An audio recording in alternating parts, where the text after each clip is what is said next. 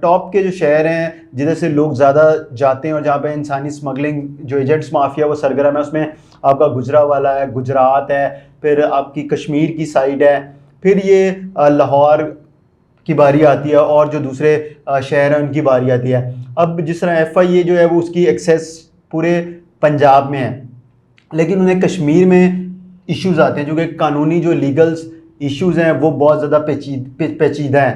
تو جب وہ وہاں پر اگر ایجنٹ کے خلاف کارروائی کرنے بھی جاتے ہیں یا انہیں اطلاع ہوتی ہے کہ یہاں پر ایجنٹ مافیا جو انسانی اسمگلنگ میں ملوث ہے، تو ادھر ان کو اس طرح سے رسائی حاصل نہیں ہوتی ہے جس طرح باقی جو جگہیں ہیں، جس طرح ہاٹ فیوریٹ جو ہے ایجنٹس کا وہ گجرات ہے، گجرانوالہ ہے، شیخوپور ہے۔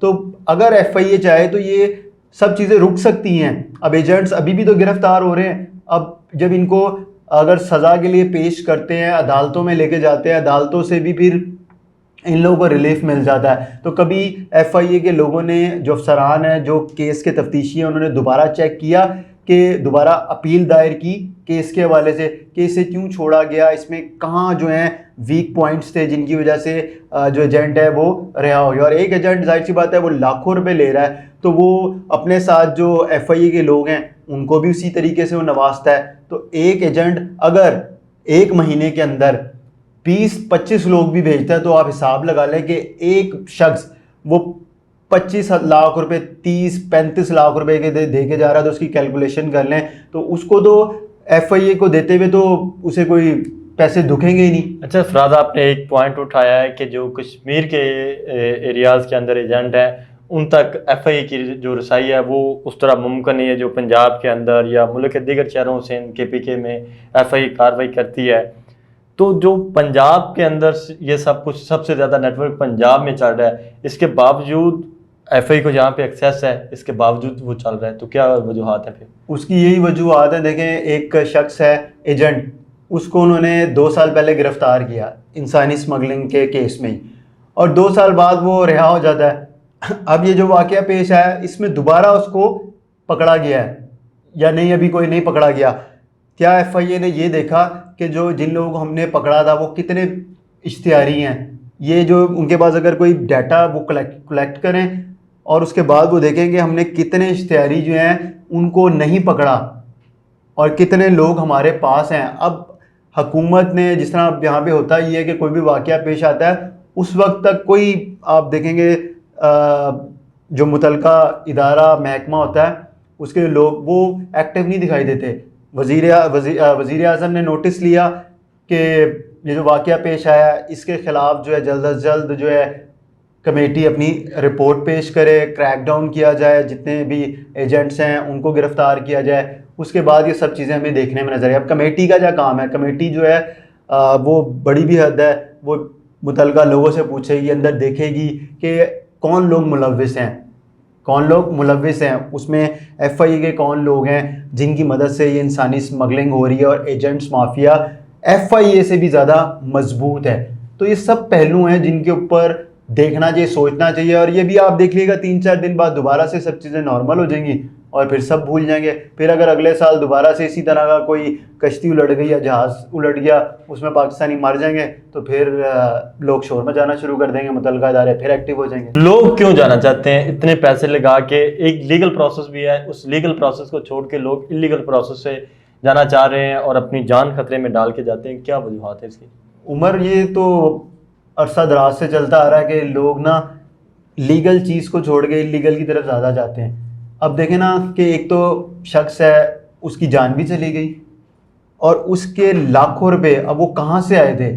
اگر وہ گھر سے افورڈ کر سکتا تھا تو چلیں جی ٹھیک ہے، اگر اس کے گھر والوں نے اس نے قرضہ پکڑ کے ایجنٹ کو دیے، وہ پیسے بھی ڈوب گئے، بندہ بھی پانی میں ڈوب گیا، اور اس کے گھر والوں کے لیے پریشانی ہے کہ انہوں نے یہ پیسے جس سے ادھار لے کے اپنے بچے کو بھیجا ہے وہ کہاں سے اتارنے؟ بچہ تو وہاں تک پہنچ ہی نہیں سکا نا، بچہ تو اللہ کو پیارا ہو گیا، تو کون پیسے اتارے گا؟ اس کا لیگل طریقہ بھی ہے۔ دیکھیں، اتنے پیسوں میں آپ لیگل طریقے سے بھی باہر جا سکتے ہیں، اور ابھی آپ کچھ مہینوں کی یا 1 سال کی ریشو دیکھ لیں، بڑی تعداد ہے لوگوں کی جو باہر سیٹ ہو رہی ہے فیملیز کے ساتھ، بچے جا رہے ہیں۔ اب جو ینگسٹر ہیں ان کے لیے تو یہ بھی بڑی اچھی اپرچونٹی ہے کہ وہ اپلائی ویزا کریں اپنا ایجوکیشن کا, ادھر جا کے پڑھیں بھی کام کریں. تو یہ سب کے لیے ہے کہ سب لوگوں کو معلوم ہونا چاہیے کہ اس طرح اپنے بچوں کو نہ بھیجیں.